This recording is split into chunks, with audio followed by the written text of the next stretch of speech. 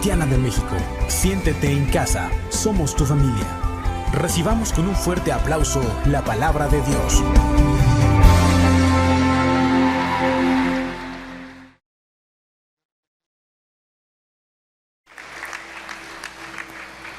¿Cuántos están contentos de estar aquí en la casa del Señor? Gracias. Vamos a ponernos de pie y vamos a orar un momentito. Porque la palabra que los niños pueden pasar a su clase bíblica infantil, perdónenme. Todos los niños allá a su clase con sus maestros que ya tienen todo listo. Así es que adelante. Pues vamos a orar, porque creo que la palabra que estaremos viendo hoy será de mucha bendición. Ahí está el título, Enemigo Invisible. Vamos a orar. Padre, gracias por este tiempo que nos das en tu casa. Gracias porque estamos vivos, porque respiramos. Como decía el pastor Chava, hoy amanecimos, es un milagro, es tu presencia en nosotros. Háblanos, confirma tu amor y danos instrucciones para lo que quieres. Muchas gracias, mi Dios. Unge mi vida, fluye a través de mí. Que mis palabras sean respaldadas por tu presencia, Señor. En el nombre de Jesús, mi Dios. Amén. Puedes tomar tu lugar.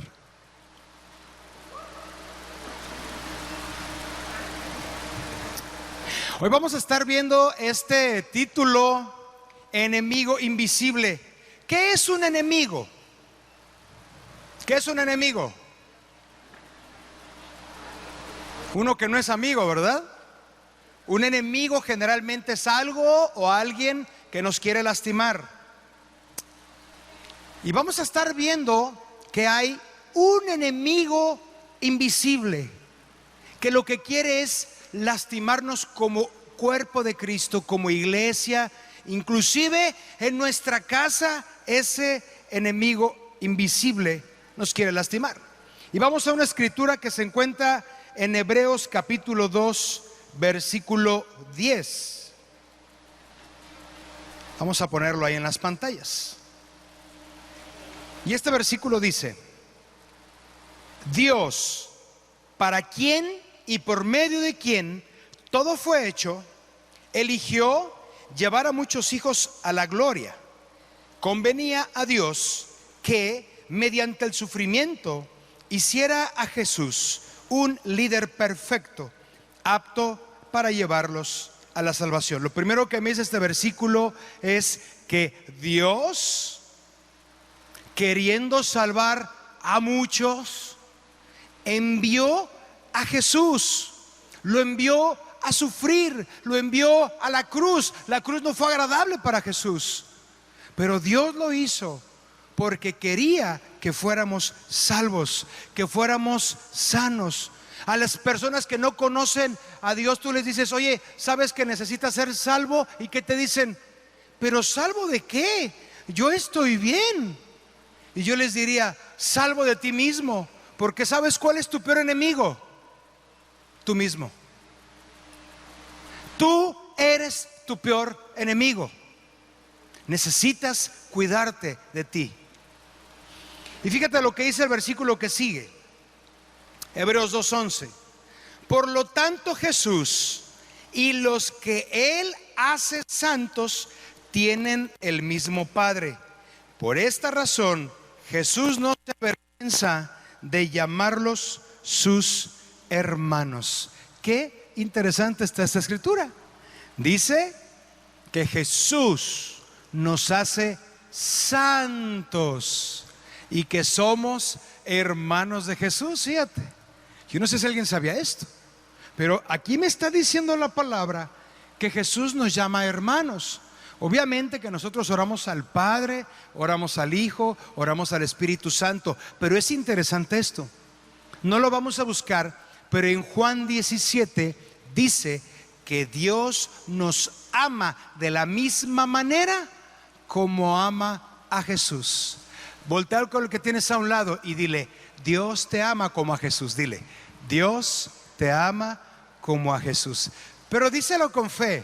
Hay algunos que nada más se voltean a ver y se hacen caras y no se dicen nada. Está bien, no pasa nada. Pero imagínate con qué intensidad de amor Dios te ama. Te ama como a Jesús. Hay gente que dice, es que a mí Dios no me quiere. Es que usted, me dice luego, pastor, usted que Dios sí lo quiere, pídale al Señor. Y yo le digo, no, el único que se acerca a Dios es Jesús. Pero tú y yo podemos con esta escritura saber que Dios nos ama igual que a Jesús. Así es que nunca creas que Dios no te ama, o que te ama menos, o que de repente tienes que hacer cosas para que Dios te ame. No, dice la palabra que nosotros éramos enemigos de Dios, y ahora porque Él quiso. Esto grábatelo: Dios te ama, Dios te bendice, Dios te sana, Dios te prospera porque Él quiere. ¿Qué pudiéramos hacer para comprar la salvación? ¿Qué pudiéramos hacer para ser perfectos por nosotros mismos? Vamos a hacer un experimento esta mañana. Levante la mano aquel que nunca ha pecado. Esto demuestra dos cosas. La primera, que todos somos pecadores profesionales. Y la segunda, que ninguno está dormido. Porque luego el que está dormido, ¿cuántos se quieren ir al infierno? Y levanta la mano, está dormido. Y vamos a estar viendo que todo en la vida tiene ciclos, cosas que se vuelven a repetir. Y todo lo que pasa en nuestras vidas tiene un propósito de Dios para nosotros. Fíjate esta escritura, qué interesante. Eclesiastés 3:15 dice: los sucesos del presente ya ocurrieron en el pasado, y lo que sucederá en el futuro ya ocurrió antes, porque Dios hace que las mismas cosas se repitan una y otra vez. Este versículo es muy interesante porque nos dice, no importa la modernidad, no importa los avances de la tecnología, de tiempo en tiempo las cosas se repiten, los problemas se repiten, inclusive de generación en generación los mismos problemas o las mismas bendiciones se repiten una y otra vez. Yo me acuerdo de mi abuelito, que él tenía algunas actitudes, y las mismas actitudes veo en mi papá, las mismas actitudes veo en mí, y yo no lo creía hasta que me puse a pensar en ello. Las mismas actitudes las veo en mi hijo. Hay una que me da mucha risa, pero los cuatro nos paramos como si estuviéramos desnivelados o como si tuviéramos una pompi desinflada. Nos paramos así, los dos, los cuatro. Yo me acuerdo, mi abuelito también se paraba así, de repente mi papá se para así, y yo igual, y Yair igual. Hay cosas que se repiten en la vida. Y quiero decirte algo, posiblemente tú estás pasando ahorita por un tiempo de quebranto, por un tiempo de escasez, por un tiempo fuerte en tu vida. Y debes de saber que cuando tú crees en Dios, ese tiempo de quebranto está preparando tu corazón para nuevas cosas. ¿Cuántos decimos amén? Ayer platicaba con una persona que me estaba platicando que ahorita está pasando por un momento económico bien difícil. Viven con lo justititito. No es para chicles, es comida y transporte. Y me bendijo lo que me platicó, porque dice, yo sé que este es un tiempo donde Dios me está enseñando a administrarme. Y yo le agregué, ¿sabes qué? Este tiempo de escasez te va a servir para que cuando Dios te prospere, no te gastes todo el dinero, sino que seas buen administrador. ¿Cuántos se encuentran en una situación económica complicada? Levanta tu mano. Y el que no, pues que nos preste unos 100 millones. Así pasa. Pero debemos entender, y voy a poner un ejemplo que quizás no tiene nada que ver, pero sí tiene que ver. Todos sabemos, o la mayoría sabemos, que nuestro cuerpo, para defenderse de las enfermedades, tiene lo que se llama un sistema inmunológico. Este es un sistema que nos protege de enfermedades, inclusive de enfermedades que no sabemos que existen. ¿Cuántos tienen perros? Levanta su mano. ¿Cuántos tienen perros? No sé si se han dado cuenta lo bonito que es que el perrito se lama la cola y con esa misma lengua te dé beso. O sea, digo, si alguien que tenía perros no sabía, discúlpeme por quitarle la ilusión, pero el perrito la lengua lo usa para todo y ha estado en lugares que no quiere saber. Pero nosotros dejamos que el perro nos lama y nos haga mascarilla y nosotros felices. Ay, el perrito me quiere mucho. ¿No será que te está pasando la mugre? No lo sabemos. Pero tu cuerpo tiene ese sistema inmunológico para cuando el perro te dé tus chupadas, o el gato te dé tus arañadas, o tu esposo te dé tus mordidas, no sé. Dice por allá. Y ahí está. Ahora, a veces el sistema inmunológico no funciona, falla. ¿Y qué es lo que ha hecho el ser humano? Ha inventado vacunas. El diseño de las vacunas es prevenir la enfermedad, es enseñarle a tu cuerpo a combatir en contra de esos virus. Ese es el propósito de la vacuna. Y fíjate lo tremendo. Dios vio que la humanidad estaba infectada. Y no me refiero al coronavirus, al pecado. Porque todos somos pecadores. Todos hemos fallado. Todos hemos mentido.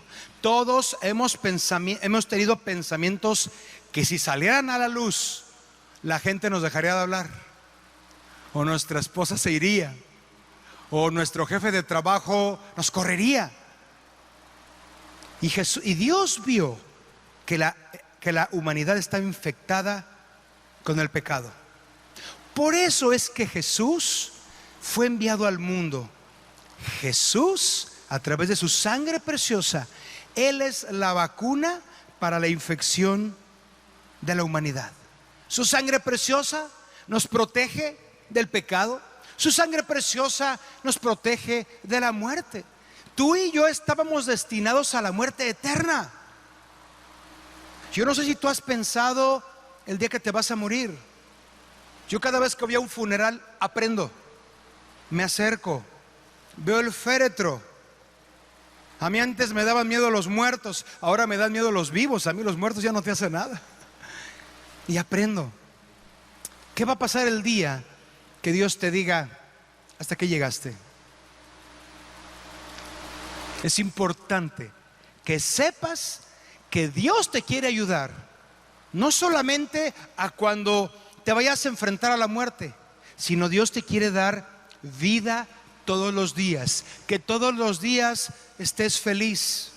No quiere decir que te vaya a ir bien siempre, que aunque te vaya mal, puedas estar feliz, que aunque tengas crisis económicas, tengas enfermedad, le puedas decir al Señor: Señor, sigo confiando en ti. ¿Cuántos decimos amén? No es fácil, porque en la teoría platicado es muy fácil, pero cuando te dicen tengo cáncer, cuando te dicen que tienes diabetes, cuando te dicen que te quedan meses de vida, no te esperes hasta ese momento para buscar a Dios.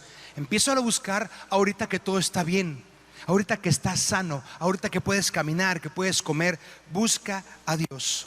Ahora, cuando hemos permitido que aceptamos a Jesús en nuestro corazón y esa sangre preciosa que es un regalo de Dios, la recibimos, algo que pasa es que aunque no entendamos lo que está sucediendo, aunque no sepamos por qué estamos viviendo lo que estamos viviendo, la sangre de Jesús actúa como el sistema inmunológico. Tú no sabes de qué cosas Dios te está librando, pero Él te está librando. Cuando vas en el tráfico y se te poncha una llanta, hay gente que se enoja. Yo era de los que me enojaba, pero ahora entiendo que porque Dios me ama y me cuida, todo lo que pasa tiene un propósito. Me ha pasado que se me revientan las llantas. Me pasó que se reventaron 2 llantas en la carretera en octubre del año pasado. Y en lugar de enojarme porque las llantas del coche son caras, yo le dije: Señor, yo creo en ti y por algo estás deteniendo mi marcha. Si no se dio ese negocio que estabas buscando, posiblemente Dios está deteniendo un peligro para ti. Gracias por esos 3 amenes. Quizás ese estudio no se te dio, se te cerraron las puertas. Posiblemente es porque Dios quiere algo diferente para ti. Posiblemente esas amistades a las que te quieres acercar te rechazan. Posiblemente es porque Dios te está librando de algo. Quiere decir que Dios está realizando una obra de perfeccionamiento en los que creemos en Él. ¿Cuántos decimos amén? Entonces, a la siguiente que pase algo, tú dile: Señor, yo confío en ti, aunque no sepas la explicación. Porque nos han enseñado que cuando pasa algo malo no digas ¿por qué?, sino pregúntale al Señor ¿para qué? Pero a veces las cosas que nos pasan no tienen respuesta, como aquellos jóvenes que dieron a luz a su bebito y falleció a los 3 meses de nacido. Ni modo que le digas al Señor: ¿cuál es el propósito de que mi hijo de 3 meses haya muerto? Ni siquiera nos atreveríamos a hacer esa pregunta. Pero ¿qué es lo que Dios quiere? Que aprendamos a confiar en Él. Y confiar es obedecer, y confiar es esperar. Le damos un aplauso al Señor por esto. Dar un aplauso al Señor. Aunque no haya explicación de lo que pasa en nuestras vidas, seguimos con el Señor. Fíjate, cuando el Señor Jesús nace de María, Él tiene 30 años y se acerca al río Jordán para ser bautizado por Juan. Cuando Juan a lo lejos ve que Jesús se va acercando al río para ser bautizado, él dijo: he aquí Jesús, Él es la vacuna para el mundo. Lo que dice la palabra es: he aquí el Cordero que quita el pecado del mundo. El poder que tiene la sangre de Jesús es de borrar tu pecado. Gracias a Dios por ese amén. ¿Qué quiere decir que Dios borre tu pecado? En el Antiguo Testamento solamente era cubierto el pecado por la sangre de los animalitos, pero ahora Dios tiene el poder a través de Jesús de borrar tu pecado. Te pongo un ejemplo. Algunos de los que están aquí han asistido a AA. Levanta su mano. No tienes por qué avergonzarte. Tienes el deseo de salir adelante. Gracias por la honestidad. Gracias. ¿Y qué es lo que te enseñan? Un día a la vez. Soy un alcohólico en recuperación. O sea, te enseñan a lidiar con tu defecto, sabiendo que tu defecto en teoría lo tendrías contigo toda la vida. Pero la obra de Jesús es que inclusive ese ADN, inclusive esa tendencia genética que pudieras tener al alcohol, a las drogas, a lo que tú quieras, Dios tiene el poder para cambiarla. ¿Cuántos dicen amén?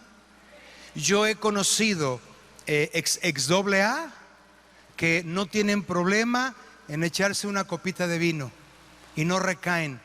Esto es algo que es una obra que Dios hace. No te estoy diciendo que te salgas ahorita luego te eches tus... No te me emociones.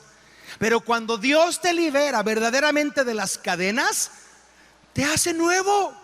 Quita el pecado de tu vida. No te deja solamente como que ahí la llevo. No, Él te hace una nueva persona. De repente hay gente que por ejemplo le gusta robar. Hay gente que no puede controlarse al robar. Hay gente que no puede controlarse a la adicción a las drogas. Bueno, la obra de Jesús que Él hace, porque no la hacemos ninguno de nosotros, la obra que Él hace es sobrenatural y Él puede quitar esa tendencia. Aun si tú tuvieras una cuestión genética de enfermedad, que tuvieras abuelos diabéticos, papás diabéticos, y tú dices: ay, posiblemente yo sea diabético. Dios tiene el poder de cortar esas maldiciones. ¿Cuántos decimos amén? Dar un aplauso al Señor entonces.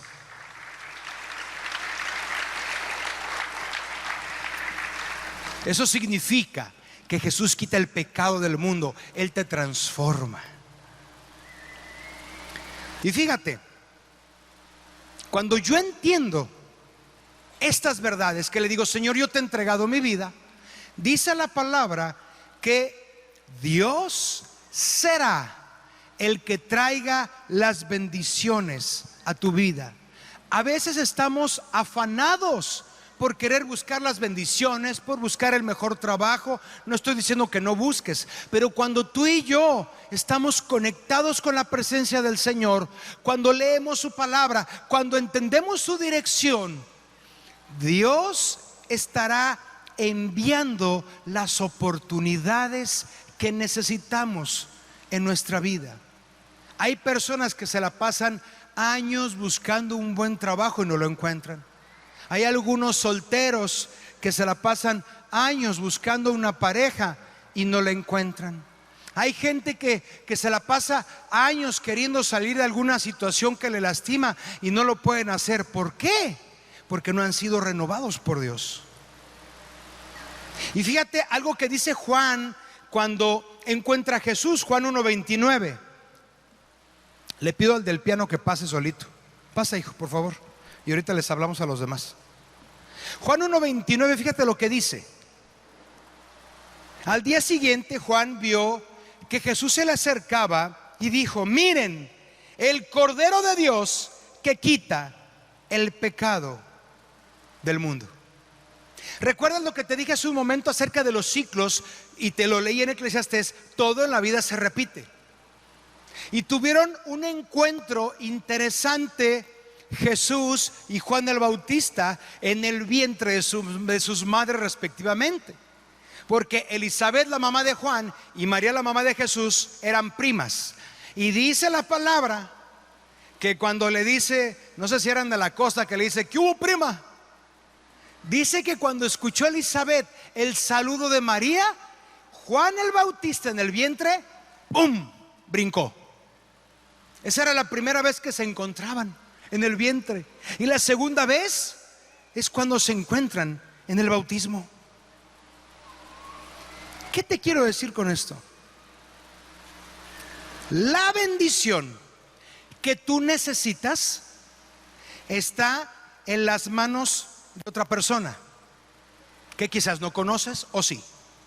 La bendición que otra persona necesita está en tus manos. No sé si me entiendes lo que te estoy diciendo. Tú no sabes quién tiene tu siguiente trabajo, o tu siguiente negocio, o tu esposa o esposo, lo que andas buscando. Pero Dios sí. Pero debemos de estar conscientes de este principio: yo soy o tengo la bendición para otro, y otro tiene la bendición para mí. ¿Qué tengo que hacer? Aprender a fluir en el río de Dios, aprender a conectar con el corazón de Dios, aprender a entender que cuando Dios me diga bendice a alguien, lo bendigas. Que cuando Dios te dice ora por alguien, ores por él. Fíjate, estaba yo escuchando una predicación mía y recuerdo que fue un tiempo difícil hace algunos meses. Y yo platicaba que estaba yo en una crisis personal, o sea, muy bendecido en todas las áreas, pero dentro me sentía un poco vacío, un poco pues vacío más que nada.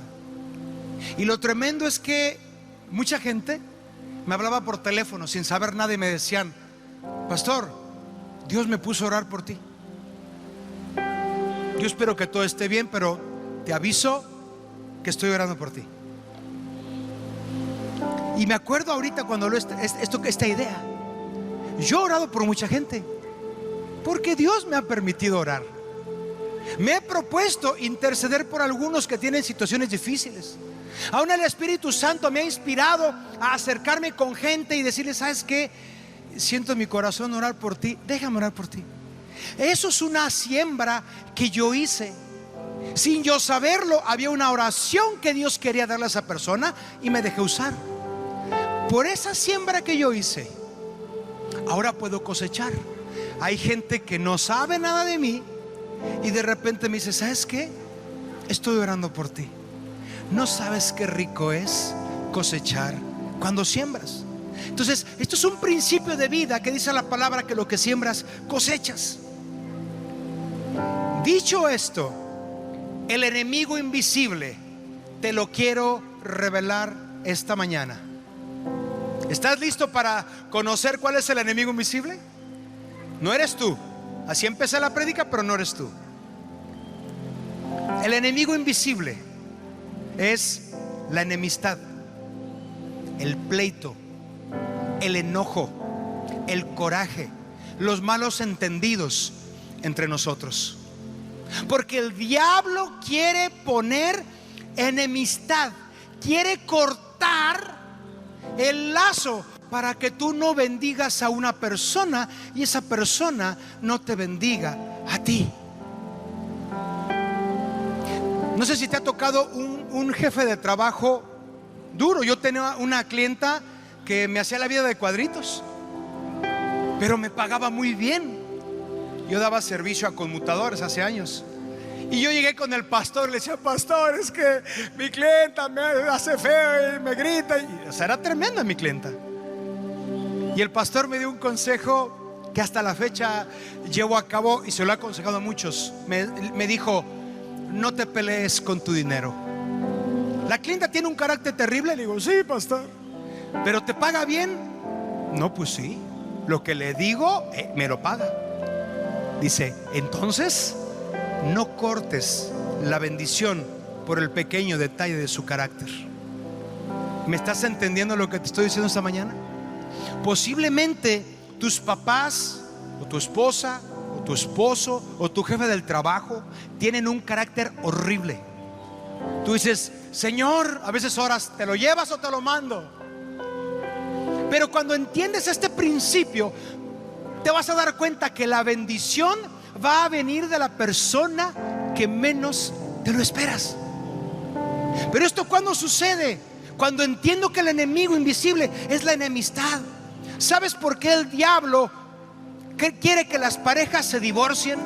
¿Sabes por qué el enemigo pone cizaña, siembra cizaña en el corazón de entre padres e hijos? Porque un esposo es una bendición para una esposa. Una esposa es una bendición para un esposo. Cuando hay divorcio, ya no hay bendición para los hijos. Y el enemigo lo que quiere es separarnos, quiere lastimarnos, quiere confundirnos. Por eso necesitamos quitar la enemistad entre nosotros. ¿Cuántas veces hay personas que tienen pastores difíciles? Yo estuve platicando esta semana con algunas personas que tienen problemas con su pastor. Pero cuando yo estoy leyendo esto, me doy cuenta que yo no puedo estar peleado con mi pastor, porque Dios lo puso a él para darme una bendición. Hay de repente, hay gente, digo, ¿puedo repartir 2 pedradas? ¿Me dan permiso? Hay gente que de repente se ofende porque no lo saludaron en la entrada y dice: ya no me voy porque esa iglesia no tiene amor. Tú mismo te acabas de cortar la comunión con la iglesia de Cristo. Tú mismo acabas de decir: es que yo no voy ahí porque te cortas. No sé si les ha pasado que cuando pecamos, cuando nos equivocamos, nos queremos alejar de Dios. Es como si te rompes un pie y se te sale el hueso y dices: qué pena que el doctor me vea así. Ahora que me sienta bien, voy al doctor. ¿Te suena lógico, verdad que no? Hay gente que por malos entendidos se ha separado de la iglesia. Hay gente que se ha divorciado porque uno no tapó bien la pasta de dientes. Me consta. El diablo lo que quiere es cortar el fluir entre tú y la gente que te rodea. Por eso es que la cura a la infección, al pecado, a la enemistad, es la sangre de Jesús. Y mira, después de que Jesús fue bautizado, Mateo 4, 1, 3 y 4, por favor. Pasa el otro resto del grupo, por favor.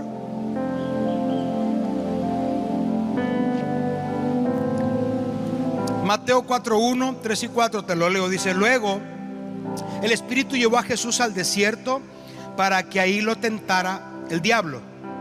En ese tiempo el diablo se acercó y le dijo: si eres el Hijo de Dios, di a estas piedras que se conviertan en pan. Jesús le dijo: no, las Escrituras dicen, la gente no vive solo de pan, sino de cada palabra que sale de la boca de Dios. ¿Qué aprendió Jesús en la tentación? A fluir en el poder del Espíritu Santo. ¿Qué debes de aprender tú y yo en las situaciones que estamos viviendo? Disciplina, obediencia, fe, paciencia. Hay gente que dice: dame la paciencia, pero ahorita, Señor. El Señor Jesús en su ministerio, en fluir en la gracia y en la unidad, que es lo contrario a la enemistad, Él se encontró a una mujer en adulterio. ¿Se acuerdan de esa historia? Dice, la ley de aquel entonces era muy cruel. Si una mujer engañaba a su marido, la apedreaban.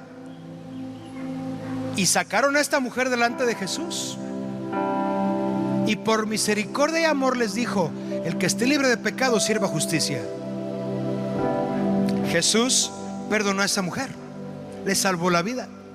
Después Jesús en su ministerio sigue fluyendo. Se encuentra con la hija de Jairo, que estaba muerta, y la resucita. Después se encuentra con la muerte de su amigo Lázaro y lo resucita.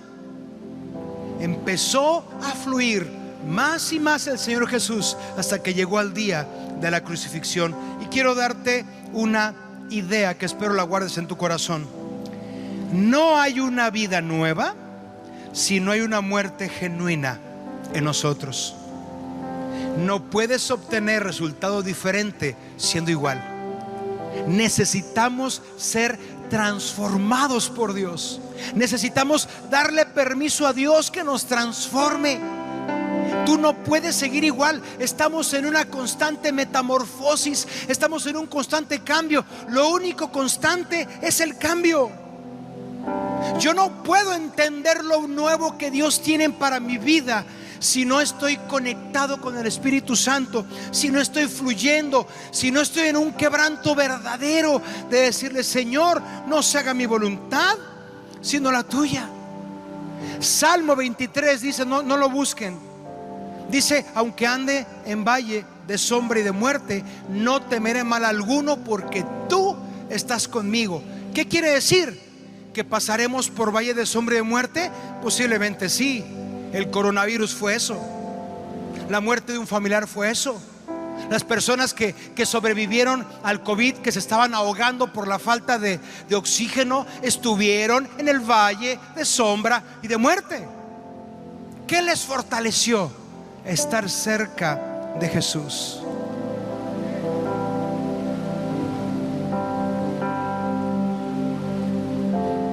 Juan 17, del 21 al 23. Ya estamos terminando. Es una oración que hace Jesús al Padre. Dice: te pido que todos sean uno, así como tú y yo somos uno. Es decir, como tú estás en mí, Padre, y yo estoy en ti, y que ellos estén en nosotros, para que el mundo crea que tú me enviaste. ¿Qué está diciendo la palabra? Nos necesitamos ser uno mismo, como aquella canción que dice: tú y yo somos uno mismo. ¿Alguien se acuerda de esa canción? Bueno, es de mi época. Necesitamos aprender a caminar en unidad. Y fíjate, cuando yo fluyo en el amor de Jesús, cuando entiendo este principio, no solamente voy a amar a la gente que se merece mi amor, sino a la gente que no se merece mi amor, a mis enemigos. Dice la palabra que oremos por nuestros enemigos. El fluir de Jesús, cuando yo entiendo este principio, no solamente me va a llevar a adorar en los buenos momentos, o cuando cae el aguinaldo, o cuando me suben el sueldo. No, El fluir de Jesús me va a permitir adorar en medio de la angustia, en medio de la enfermedad, en medio del quebranto. El enemigo real no es la pobreza, no es el quebranto. El enemigo real es la enemistad, la contienda, el pleito ahí en tu casa. El que estemos divididos es la verdadera infección. Y te voy a poner un ejemplo ya para terminar. ¿Cómo era el fluir de Jesús? Me gustaría que pasaran, a ver, Yair, Dara y Esther. Vengan, por favor, ven, Esther. Quiero poner un ejemplo rapidito. Vénganse, pónganse aquí adelante. Vente, Esther.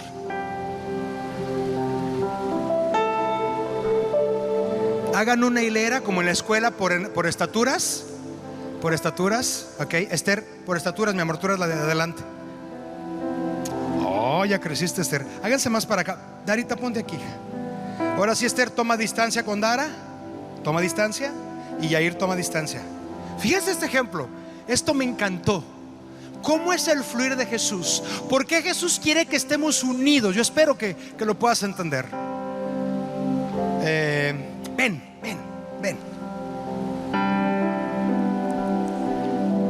Él es Jesús. Es que Jesús era guapo. Él es Jesús.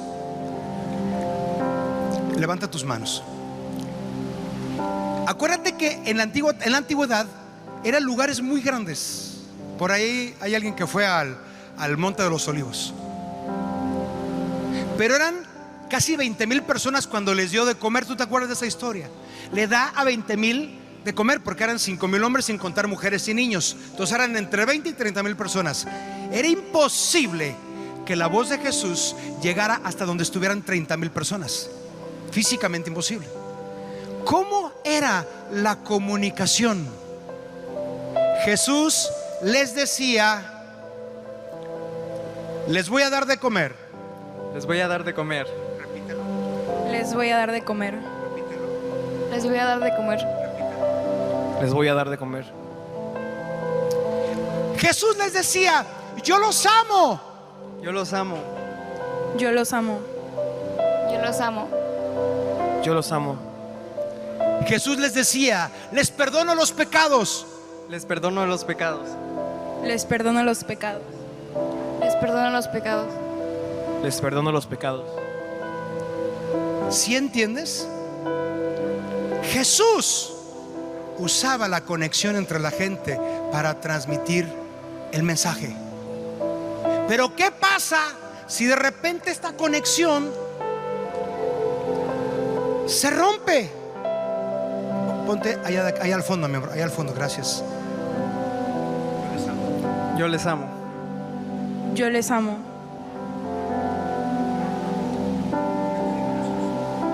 No lo sé. ¿Qué pasó?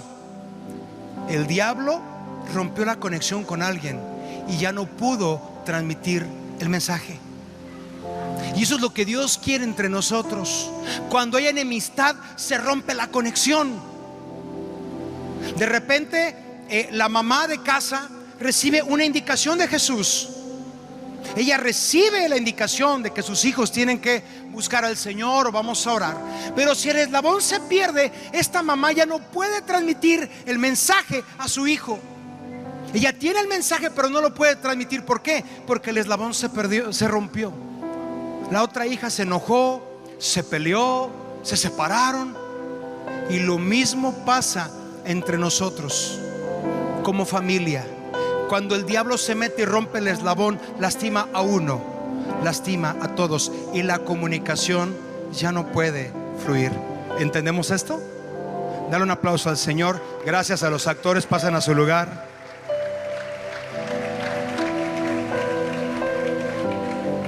Por eso es que Jesús quiere que sigamos en el fluir. Ponte de pie, por favor.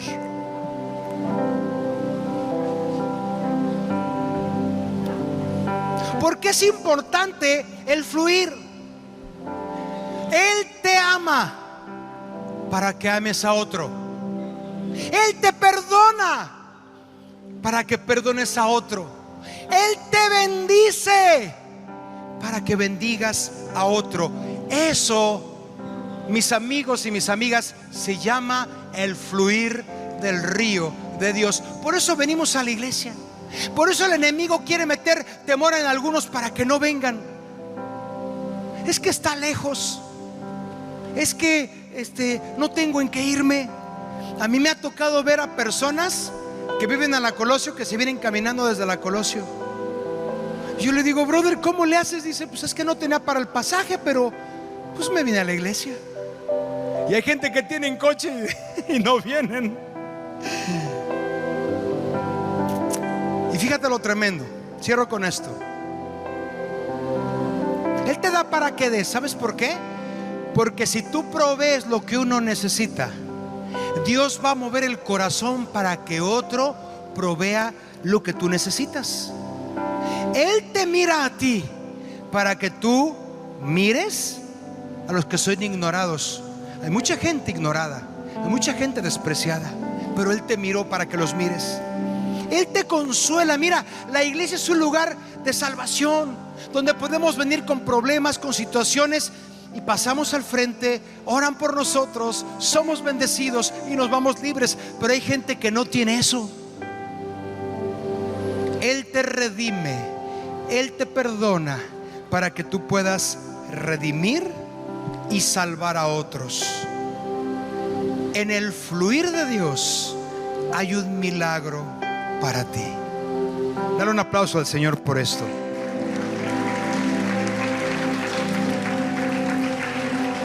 ¿Cuál es el resumen de esta palabra?